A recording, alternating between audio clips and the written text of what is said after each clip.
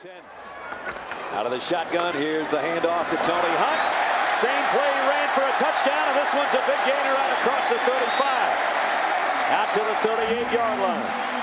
Pickup of 16 more on the ground for the Nittany Lions.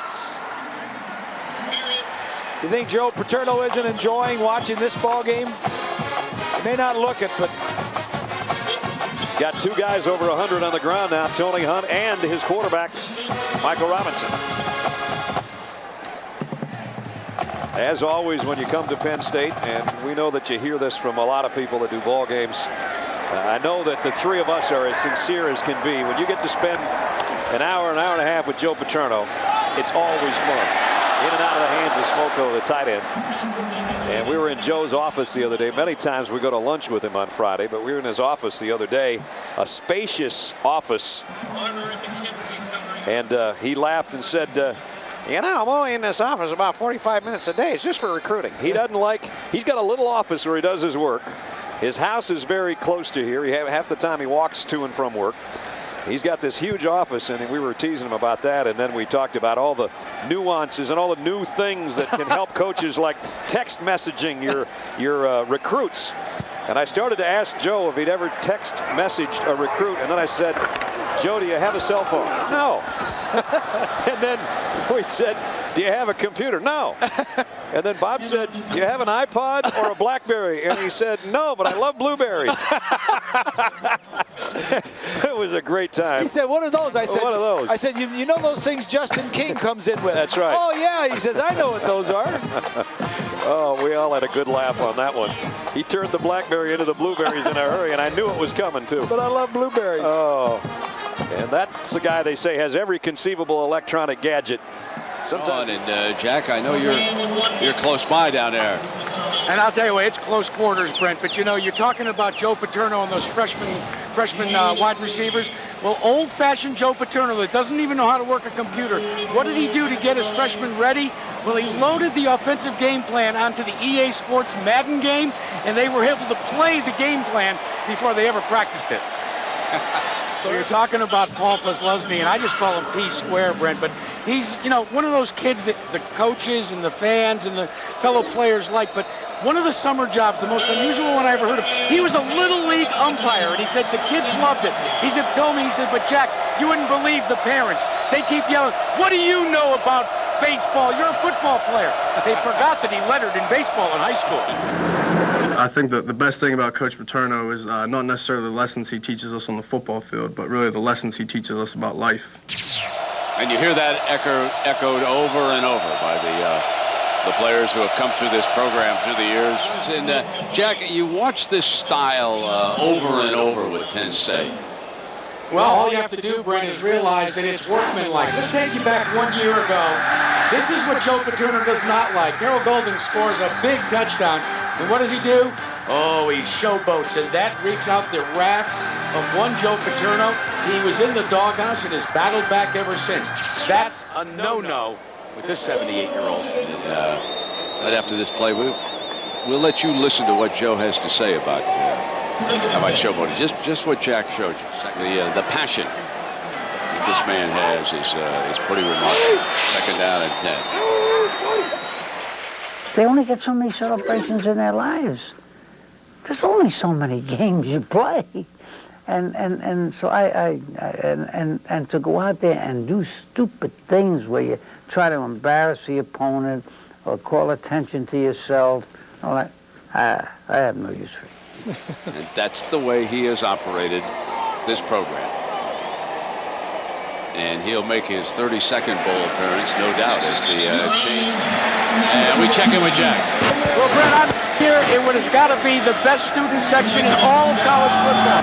It's a whiteout day, and it is pandemonium. In case you're not sure who I am, I'm the only one that didn't get the memo. I'm dressed all in black.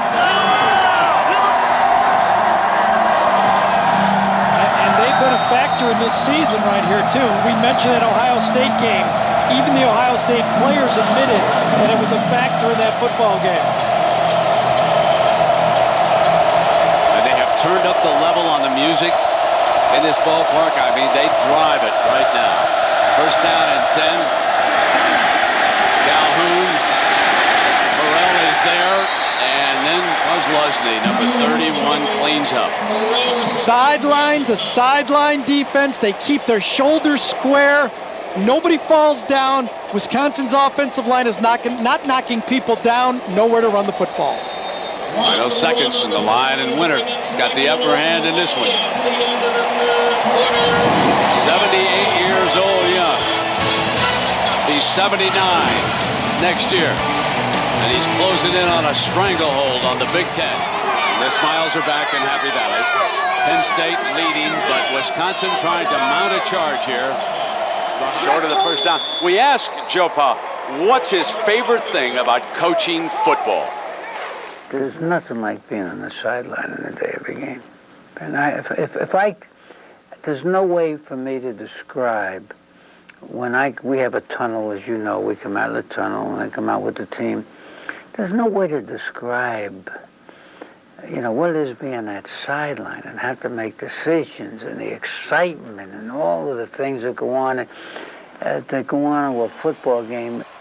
It's one of my favorite sound bites ever from a football coach who admits just being over there and in the heart of the battle. And right now, as does almost everybody in the coaching profession. I've never found another coach who has anything but kind words to say. They actually felt sorry for him the last couple of years. They wanted him to go out on a note like this. Here's the Lions, Joe Paterno, when you see him stalking over there, he's just a little bit concerned about what's going on right now.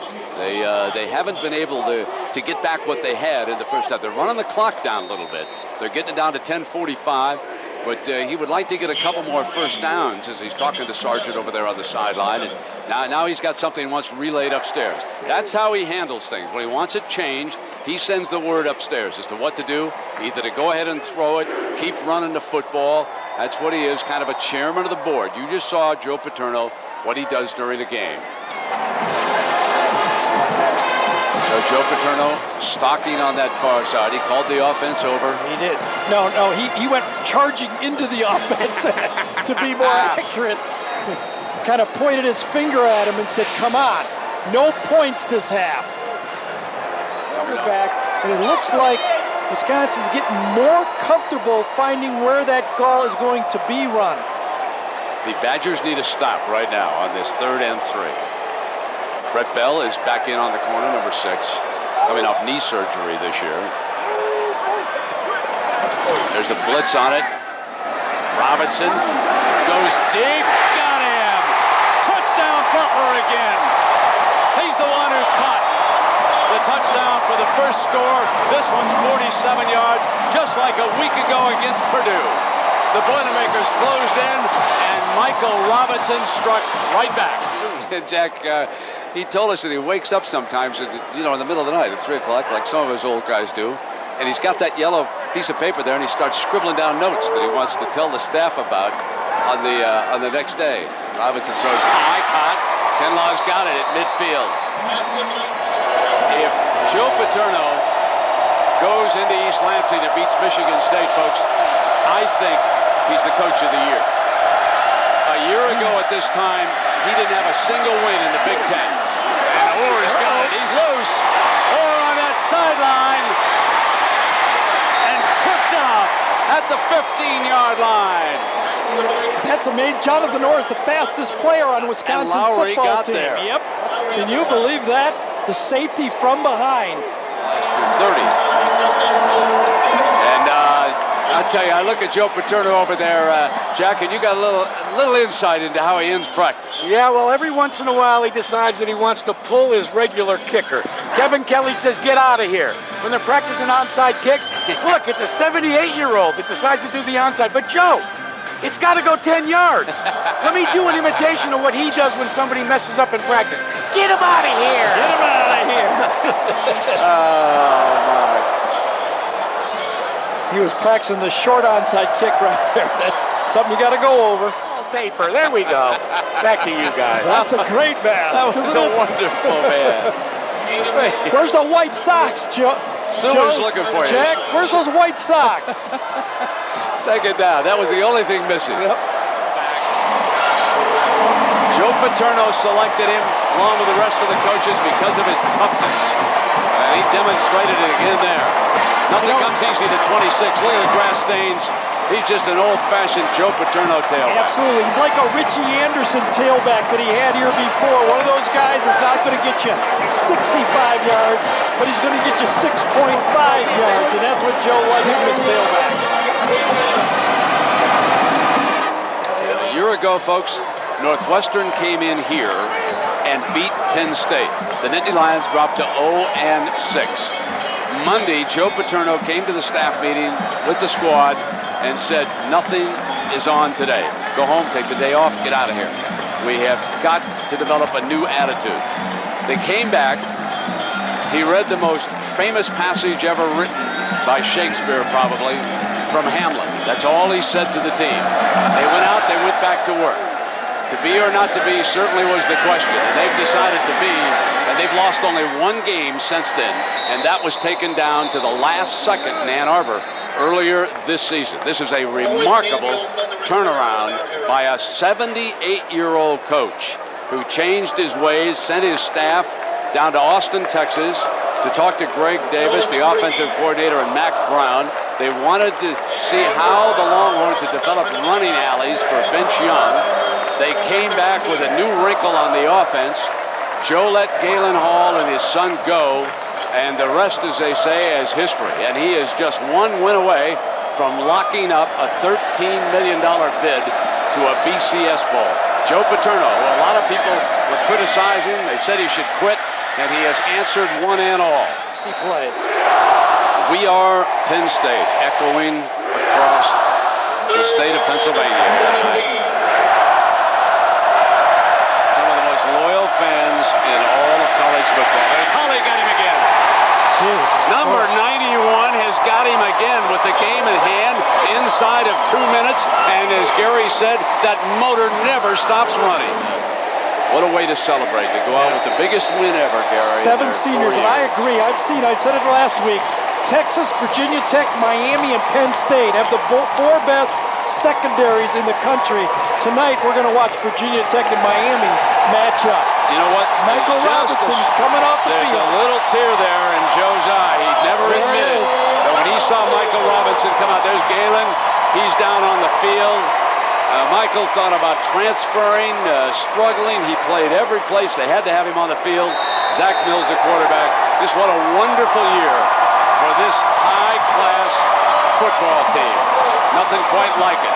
And Coach Bradley, he hugs Robinson.